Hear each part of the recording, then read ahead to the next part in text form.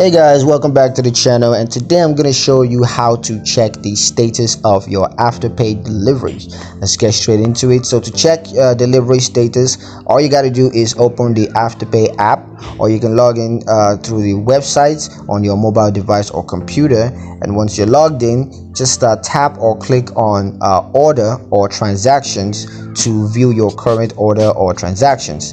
And then from there you can just select the order that you want to track to view its details. Then you can check the order status, which may include the keywords processing, shipped, delivered, or delayed.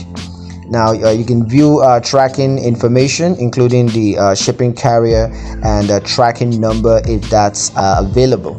Now to track with the shipping carrier, all you got to do is visit the website of the shipping carrier used to ship your order, and then just enter the tracking number provided by Afterpay to track the status of your order.